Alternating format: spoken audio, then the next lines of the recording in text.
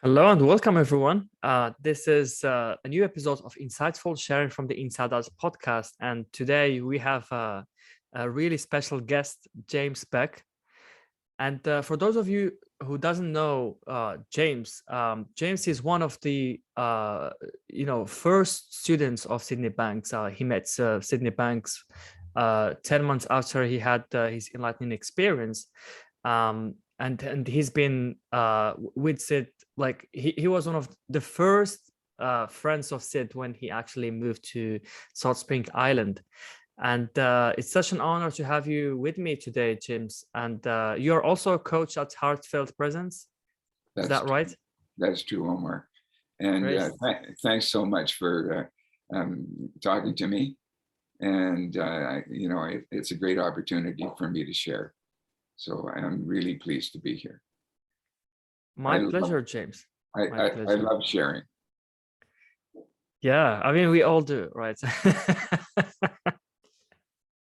So would you like to share with us how it all started for you? Or maybe Sure. just give us a bit of background, like before coming across this understanding. Sure.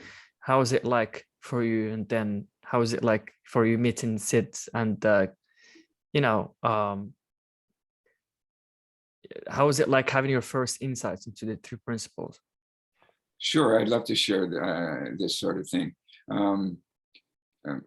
At the time that we met Sid, my wife and I had run away from society. We went back to the land. We sold our home in the city. We had a little bit of money, not much, but enough for us to come out and get started. We wanted to leave the cold and the snow of Edmonton, where we were living, and so we headed for the West Coast, and not really knowing what we were going to do or how to do it. And we ended up on Salt Spring Island, and we bought a little piece of land there, and we started making a cabin. And at first it was, all new and all exciting, but it only took about 3-4 months before we were pretty much out of money, and the cabin was still unfinished. We are now living in it partly finished, and not enough money to actually finish it. So it was, the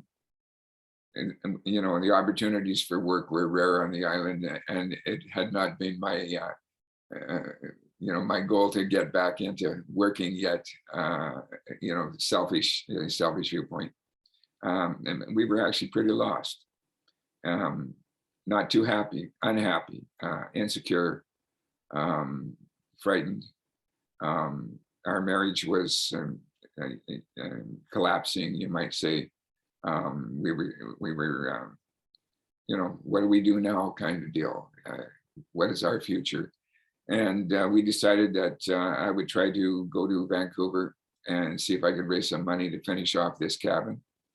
And we could sell it, and we'd head back to the city, back to the lives that we had run away from, and considered ourselves a failure once again, because it had not worked out. So anyway, that's what happened. I headed to Vancouver, and I was in a state of, you might say, deep depression, lots of anxiety, a big poor me, hopeless person. And I stayed with a friend in Vancouver, and I made phone calls around. I had no appointments, but I did try hard, and there was no hope. Not being employed, having a house that was not finished, did not make me a good prospect. So I hit the ferry in a really bummed out, desperate state of mind. And the one thing that, it was like this. I was looking for eye contact, not getting it. And I was walking the boat in a circuit, in a circle, the same circle. If you'd have been sitting in a seat on the boat, you'd have seen this crazy guy, coming by again and coming by again and coming by again like this. And it's about a 3-hour run, and it's late at night. It gets in about 11:30. And when we hit, this thing stopped at lots of islands on the way, Pender Island, Daliando, Main Island. And when we hit Main Island, there were new people came onto the boat, and they were, to me, anybody new that showed up, I knew they were new, just like that, because I'd been pacing the boat. So I came into the front lounge, and there were these two new people sitting in the front row. And what I saw was the back of their heads. It seemed like middle-aged people. But I was struck. And what I was struck with was the love that I saw looking at the back of the heads of these two people who were, tired and leaning on each other and, just glowing in a sense, Omar. And that actually, I didn't realize then. I realized I had seen love. And I was curious, and I walked forward, and I went past them, and I kind of slowed down and looked at each of them because who are these guys?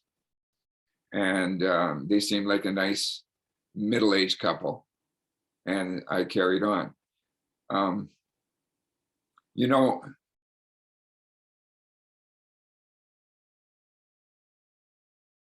When we're trying to really get our head around the three principles, one of the things that Sid pretty well says in every talk is listen for a feeling. The energy's in the feeling. You can learn from the feeling. And that's what I experienced in that moment. I didn't realize it, but I was struck by love. And thinking back, it was interesting that I never finished that circuit. Before I got around the circle again, I finally sat down in the boat. I didn't realize any of it then, but as I've been telling my story recently, I was healed at that moment. Not to offend, but I was healed. I was no longer in that anxious state. I was no longer in that depressed state. You know how everyone talks about that load that gets lifted off your shoulders? It wasn't from something somebody had said. It wasn't from something somebody had, that I had read, that somebody had written. It was from the seeing a loving couple that zapped me. And as I say, there was healing happened for me right then. Now, it wasn't that long till we came to port. And as I say, it was about 11:30, maybe quarter to 12 before people got off this boat. I had no ride. I went to the edge of the parking lot and I stuck out my thumb. And by the edge of the parking lot, it's that place where the lights start to end and blackness is ahead. And lo and behold, this old pickup truck pulls over and offers me a ride. And it's Sid and his wife Barb, the two people that I had noticed, you might say, thunderstruck by, in a sense. I wasn't laying on the floor, but I had definitely had that weight lifted. I had definitely given up the pacing, and I had finally taken a perch. And now here they were, that same couple that I had gone out of my way to see who they were. And that was really the beginning of many, many more insights and changes for me. Classic in a way. For hosts, for teachers, for therapists, connect with your client, let them relax, let them feel trust. That's what they did to me as soon as I got in the truck. Hi, where are you going? Oh, so-and-so. Oh, that's on our way. We can take you all the way home. Great. How are you doing? What's going on? I spilled my guts. They give me love, compassion, understanding, hope. That's what we do. That's what therapists do. That's what Sid and Barb did that night at 11:45 or midnight, whenever they picked me up. And then they started talking, basically Sid. What did he say? I have no idea. But it was enough so that by the time we got to my house, which was about 10, 15 minutes later, I was insistent that they come up that dark driveway, no lights on, my wife and kids asleep inside, a rickety staircase climbing up to this house. I bring them in. We sit in, the lights had been, we had been operating on an 100-foot extension cord from our neighbors, and the plug had been pulled. And so we had an old coal oil lamp that, the kind that ran it with a mantle that you pumped, only the mantle was broken. So the light was, about 30% of what it would be. And I woke up my wife, and she came out and rose to the occasion. She was a little bit grouchy, but she was, beyond that, she was a kind person. And put on the kettle, and we sat down and listened to Sid and talked with Sid and Barb for about 2 hours. And Sid had asked me later, what did you hear that night? And I had no answer. I couldn't remember anything that I'd heard. But the one thing that I always answered with was, Sid, I had seen the love. It was the love. The talking was beautiful. I'm sure I it went in and out, but you know what it's like listening to Sid. I try remembering what he said. And he was talking about things that I had no idea about. I had no idea about what enlightenment was. I had no idea about any of these things like consciousness, mind consciousness, thought, energy, universal energy, the energy of all things. I had no idea, what all of this was all about. But I was definitely intrigued. And it was the beginning of a lifelong relationship. So that, that's a little bit different take on the story than I have used before. And part of it is it's only quite recently that I really zeroed in on the love.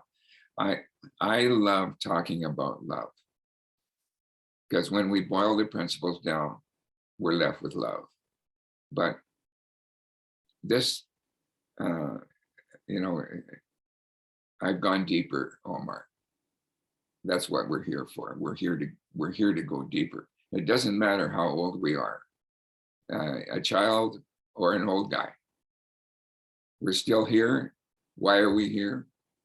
We're here to go deeper. We're here to go deeper in consciousness. That's why we're here. That's why you're here. That's why I'm here. And I love it. And I have been. It's so beautiful to feel that growing in yourself, to see things differently than you saw them before. Not just to not be carrying the weight of an anxiety or depression or whatever the labels are or the diagnoses are that we have that make us seem that we're unworthy. Really,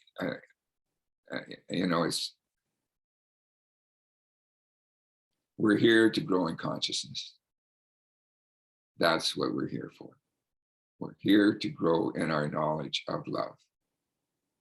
That's what growing in consciousness means. So when I find myself looking back on that story and realizing to a much deeper level how the love affected me on that very first split second or whatever that it was, that I saw love, that I saw a loving couple, that I saw unconditional love. It had, it was the love that I created inside myself, Omar. It was that feeling of love that we all have inside ourselves, emerging from our soul, really, not conditional love.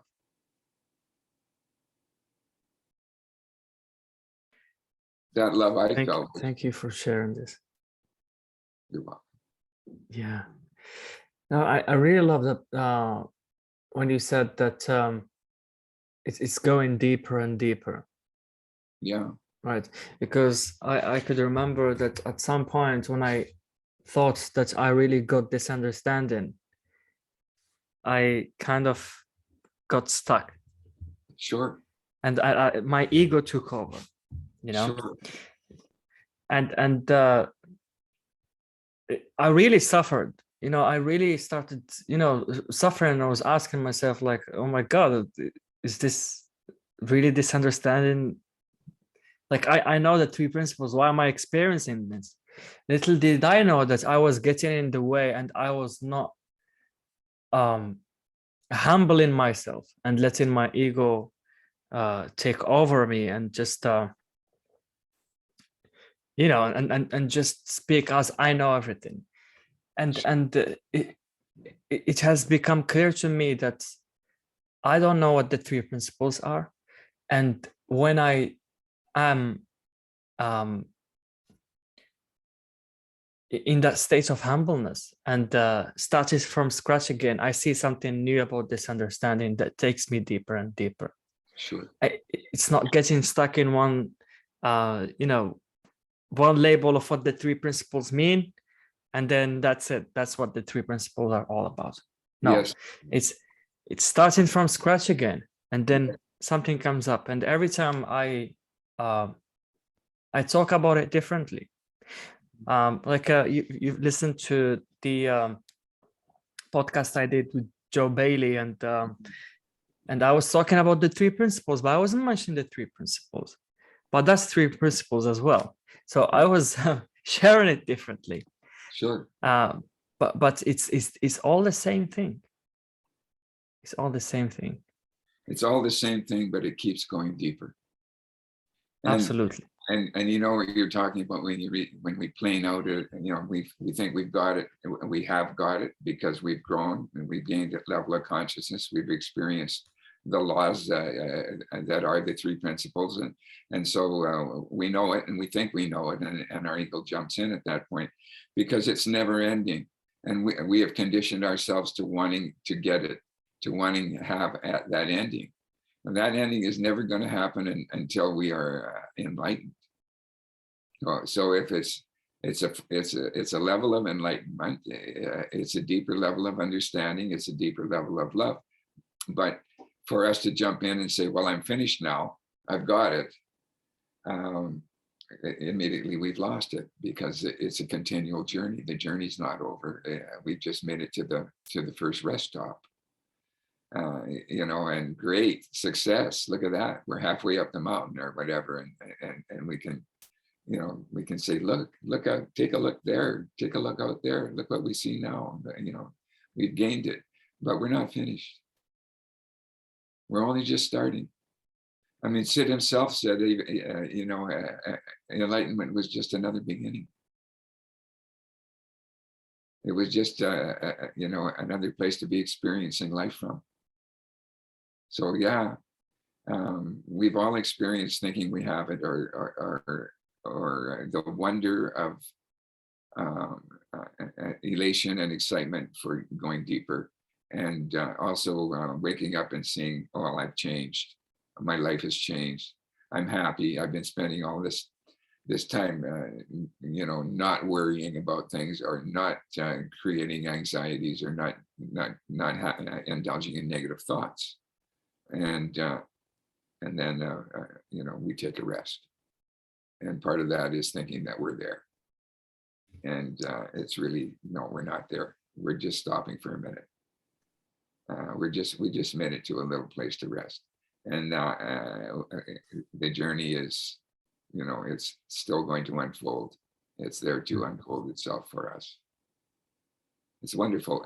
It's a wonderful to realize that it's not over right away, that, we're not going to get somewhere and that it's all over. It's wonderful to know that there's always more to learn, always more growing to do. And in my journey, I paused for years, thinking I knew it, but actually not being ready to step up, not having, a full understanding of insights, having had insights and benefit from the insights in so many ways, but not really realizing the way I understand insights today. During this last year that I've been sharing, I've started experiencing insight after insight. And it has been a beautiful relief, in a way, to be giving it out. And at the same time you're giving it out, you're growing. And to feel that growing is still happening. And I am still changing. I am still going deeper. And I'm having more and more insights. And I'm getting to the place where, for decisions or for talking 3P, I go to the quiet, and the quiet brings me the answer. I go to mind, and mind brings me the answer. And that's something that I did not clearly see for decades. I benefited from it, Omar. I had insights, but they were like miracles. They weren't something that start to come more and more freely, more and more often. Just slow down and trust the answers will come. And trust that if you take the wrong choice, you can change your mind. That's a beautiful safety for us too. Don't forget you can change your mind. If you happen to blow it, if the ego steps in and pushes you in the wrong way, you can wake up and say, whoa, wrong. I've been doing it. This isn't the way. I shouldn't have done it this way. I'm going to do it. I'm going to change this. I'm going to fix it. And, you're having another insight, another beautiful guidepost shows for you. But it's like we have a soul, and we just sort of let it do its thing, rather than trust it. I would love you to talk more about how to quiet your mind, because I could imagine people saying, like, how do I quiet my mind? My mind is always busy. How do I do it? Would you like to share more on that, please? Sure. We all know how to do it, is the thing. It's the idea that we don't know how to do it that we used to hold ourselves back on. We may have different ways, but Sid always, in everything that I've read, and anytime I've watched videos or anytime I heard him talk, he would go to the quiet. He would take a moment. He would take a beat. He would let it come. Or he would describe characters in his books doing that. Second Chance, Quest of the Pearl, The Enlightened Gardener, The Return of the Enlightened Gardener. These are all great examples. In The Enlightened Gardener, I think it's Andy is the gardener. When he's asked a question by these psychologists, he never comes up with a quick answer. He's described as taking a moment or two and letting the answer come. And at other things that I've read by Sid, it would be they took a moment to collect their thoughts. So we can use that phrase. Just collect your thoughts before you answer, before you make a decision. Another good way to go is don't make decisions if you're in a negative space.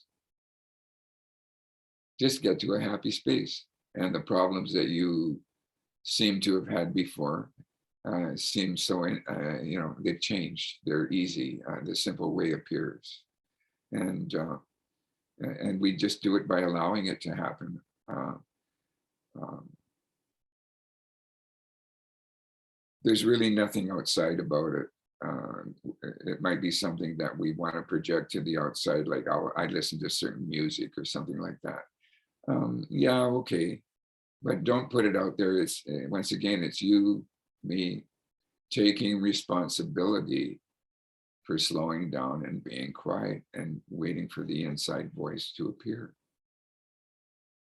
We know it's there and we know how to do it, but we don't believe we know how to do it. Mm. So we don't try. But just know you know how. You want to go for the silent mind. Calm your mind, calm your thoughts. It'll be there. Yeah. We Some all, people might be, thinking, well, I could meditate. Maybe meditation would help me with that. And, what I've realized, because I used to meditate as well. I used to meditate and I try to meditate every day to quiet sure, my mind and to be in that meditative state.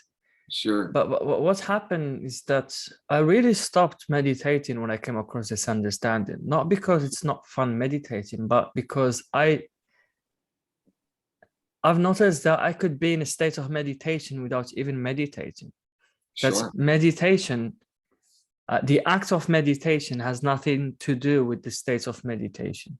Sometimes I'm trying to meditate, but for some reason I just can't get the noise in my head to quiet down. sure, And I start realizing, so why would I meditate if I could be in a meditative state without even practicing meditation? sure. And, Yeah. as I understand it, if somebody sits in a certain pose for, I mean, I haven't tried this, but for a length of time, then you start to, feel uncomfortable and you have pain and these sort of things to overcome. That can't work if you're giving yourself more distress, trying to prove something rather than than allowing that state to be. For me, that's how it works these days. And basically, for me, it has to do with sharing the truth. And so, I mean, some of these questions that are coming out, who knows the answer? Just be quiet. Don't snap up an answer on it, and let it come. And it seems to be working. It works. So that's sort of what I can share about it.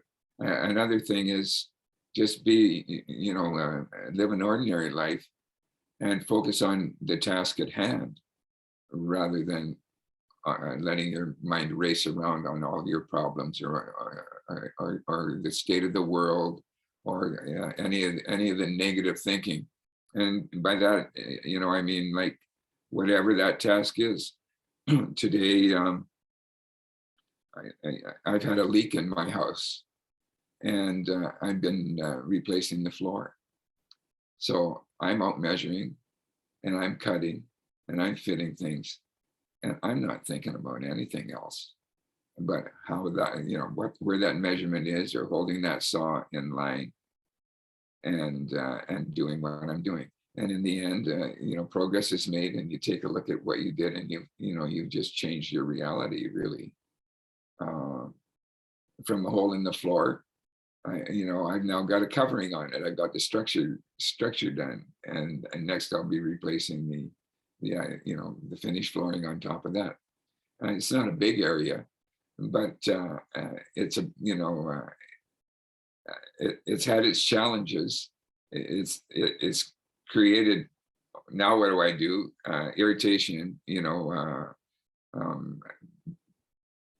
insecure about how to do it, what to do it, how much money to spend, etc. But that stuff all just falls away. And in the end, I've had I can still build something. What a wonderful feeling that is for me. You can get it in mowing your lawn, you can just get into it. Gardening is a great one, but you get into it. You don't get into it except for the love of what you're doing, and the quiet mind is what comes as like a special gift for you. So anything like that, and possibly even meditating, if you don't do it, to overdo it or try to do it, just do it because you love it. That's a different way of doing it. Mm. You know, something that occurred to me while you were talking is that this famous quote by Sydney Banks that if the only thing we learned is to not be scared of our experience, that alone would change the world. Yeah. And like I used to always be scared of like feeling in a certain way. The only thing that changed now is that I don't mind feeling scared. I don't mind feeling sad. I don't mind feeling depressed for a while. I don't mind that. The problem comes is when I mind that. Uh-huh. Oh, maybe something is wrong with me. I need to fix that. Or maybe I need to go and take this pill or go on, I don't know, go and do something about it.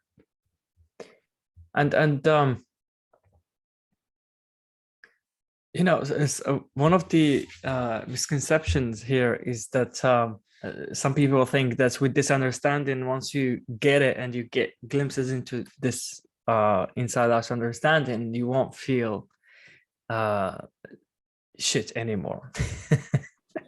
And that's just not true, because life is ups and downs. Sure. And it doesn't really matter the way we feel.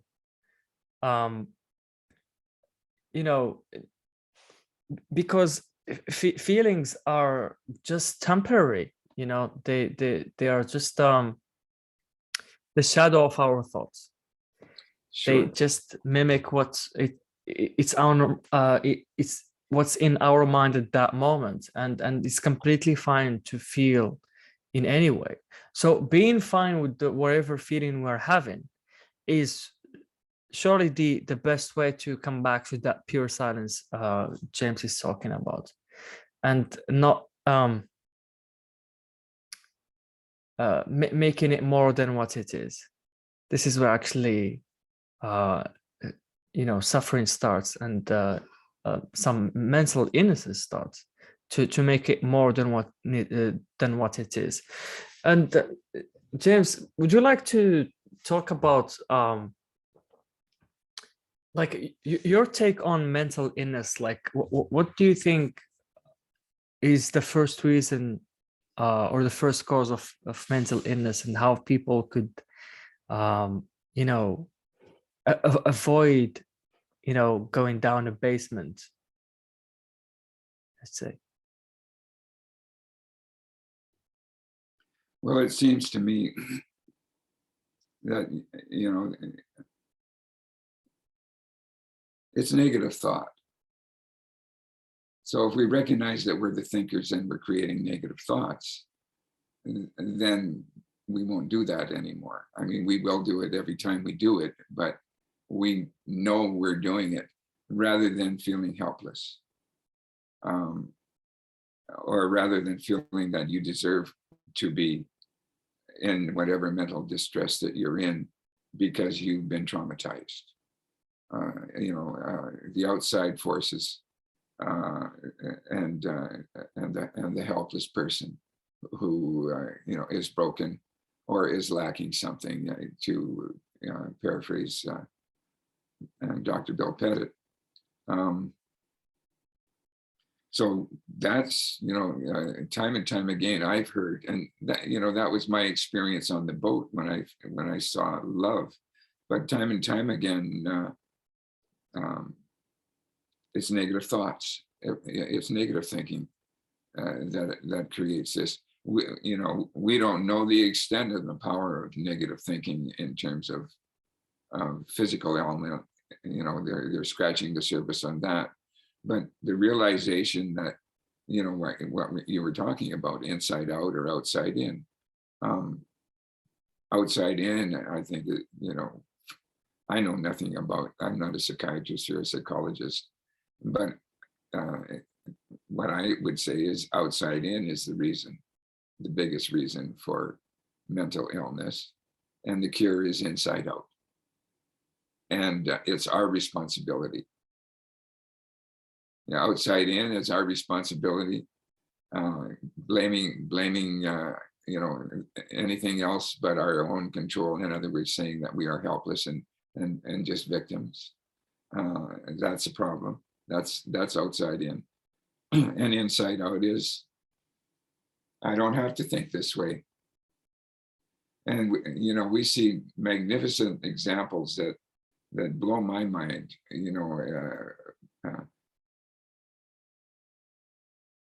Say a quadriplegic, or there are certain people who are suffering in that way, who have overcome their disability to an astounding level. I've heard about a few people like that.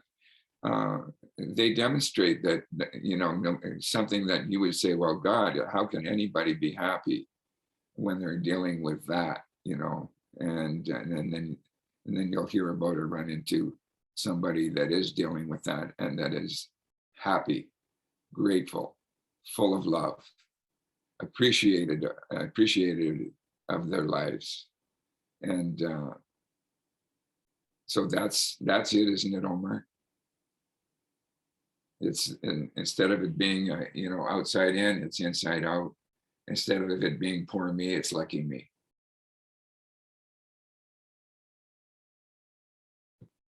And mental illness is poor me, and mental health is lucky me. Yeah, I love that. I love it. And it seems to me that the moment we wake up to the fact that we've been doing it to ourselves is we have two choices: either be grateful that we've seen through that illusion, or complain about why we haven't seen it before and then go back down the basement again. Yeah, right. So that's ego popping in and muscling you around a bit, and insisting. But yeah, and that's what we will do. We do have egos, and they are going to appear, and they are going to wreak havoc for us. But Sid said, as long as you were informed that you were going to have an ego. So we are not going to be egoless, but we will not have our egos dominating our world, in a confused way. That mostly the world, everywhere you turn, this seems to be it.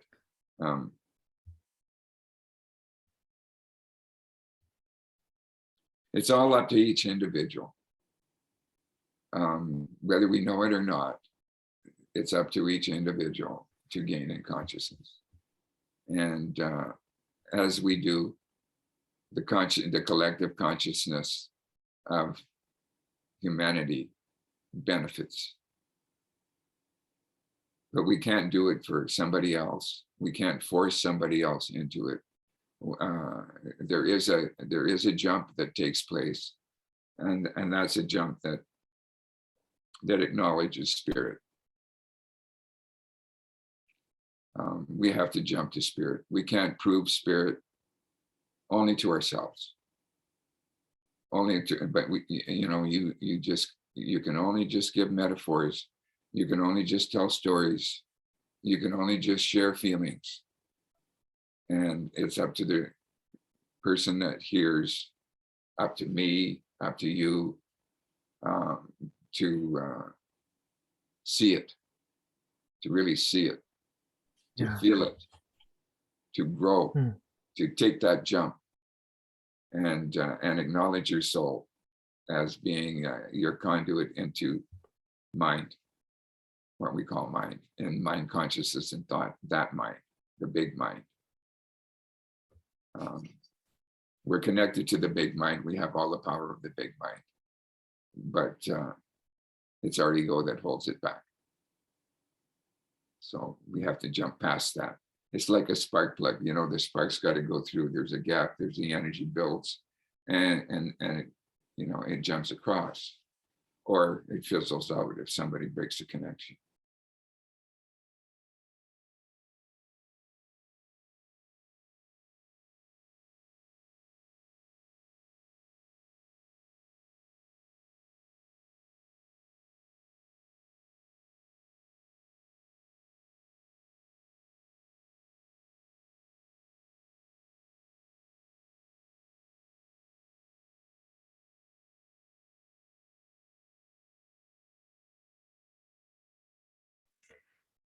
You know, something that I've noticed is that truth is really,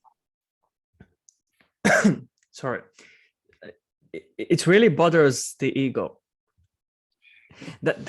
That's why I've been bothered at the beginning when Dr. Keith, bless him, he was, you know, speaking or sharing about this understanding, and I was all, you know, arrogant about it, and you know, I just wasn't listening.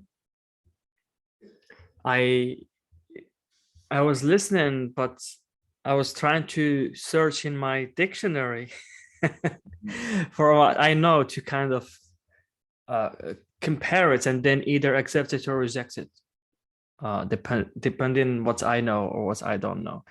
And it is when I really start listening and put my ego aside, now in hindsight, it's clear to me that this is when I really got impacted, and I saw something within this understanding that I couldn't unsee, and the ripple effect of that, you know, insight is still going and growing, and deepening, and I'm really grateful for that.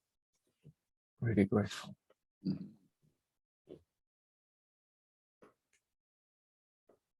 You know, in the earliest days,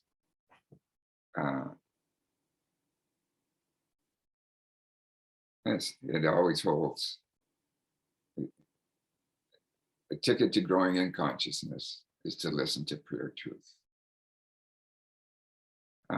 Sid used to say it this way: find somebody you trust and listen to them. He didn't say listen to me. He said find somebody you trust and listen to them. And he was talking about somebody who's talking truth, who's talking pure truth. And what is the pure truth that Sydney Banks is talking about? The form and the formless is all one. Mind, consciousness, and thought are the three principles through which all of humanity experience life. This is all pure truth. And when you boil pure truth down, if you can, it's got to be simple. And the simpler you get is when you turn it into the feelings. And you find out that pure thought, pure consciousness, pure mind are all one, that we are all one,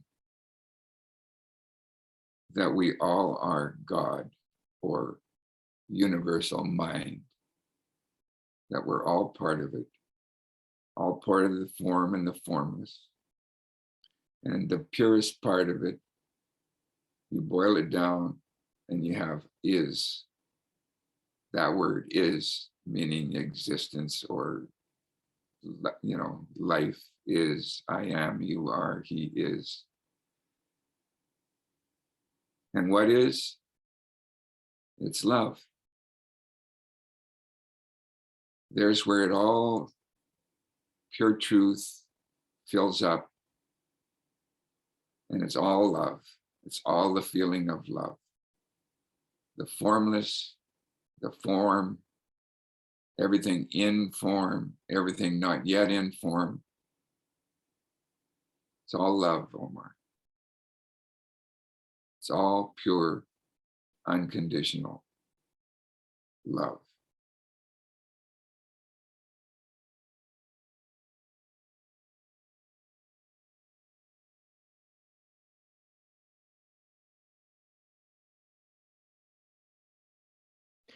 No, I always say that truth is our soul's favorite music.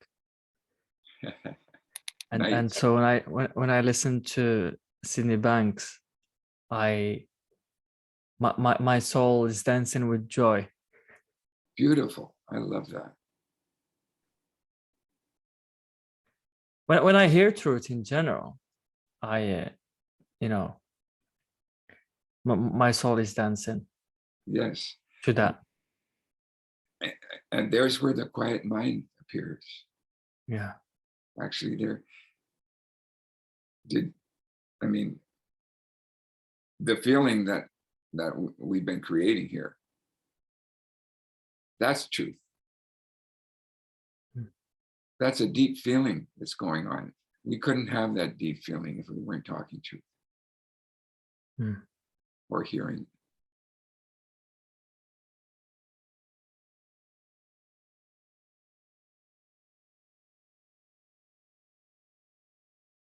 And the feeling of love, this unconditional love, this love that isn't the same as the love when, you know,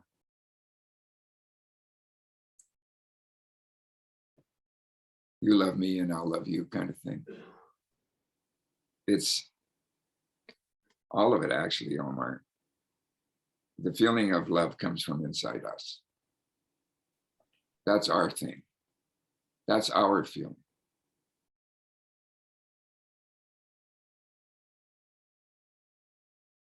And we can just create love at will. We don't have to have a reason.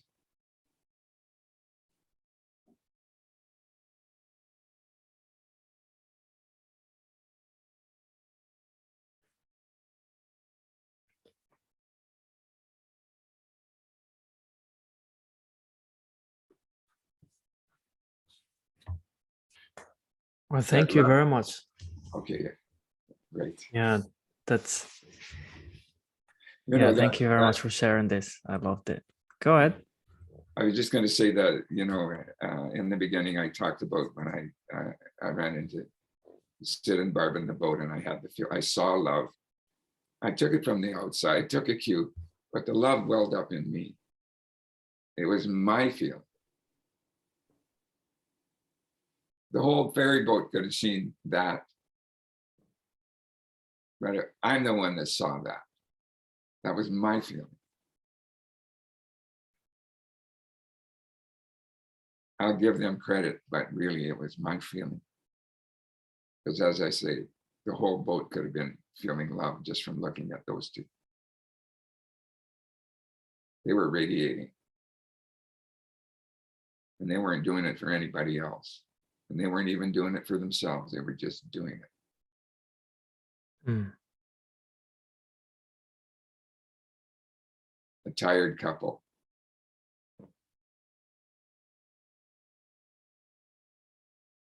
Going home late at night. Over the water. Through the dark island.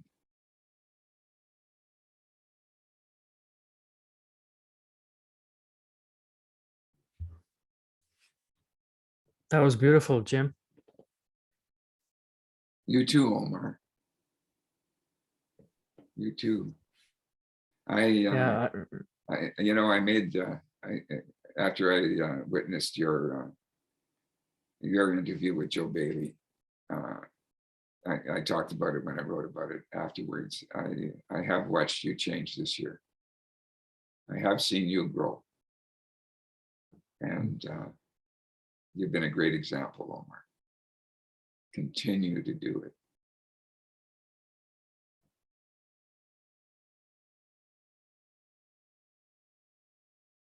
Back to ego again. Thank Yeah. you very much, Jim. You bet, Omar. Thank you. I really appreciate it. Okay, I hope everyone who listened to this really enjoyed this conversation as I did. And surely Jim did as well. You bet. So thank you once again, Jim. Okay, Omar. You too.